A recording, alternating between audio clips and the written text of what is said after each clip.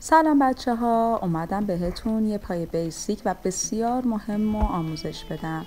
این پا نیاز به تعادل ایستادن روی پنجه داره، پس بعد این حرکات که توی ویدیو انجام میدم رو خیلی انجام بدین تا پنجه قوی بشه و بتونین روی پنجه پاتون بایستید. نیاز نیست خیلی بالا برید، ولی باید 1 تا 2 سانت از زمین فاصله بگیرید.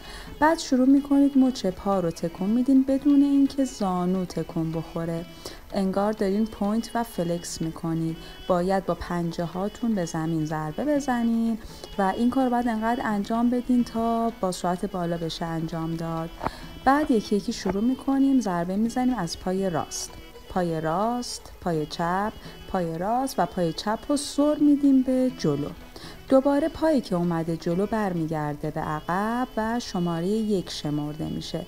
یعنی میشه چپ، راست، چپ، پای راست میاد جلو.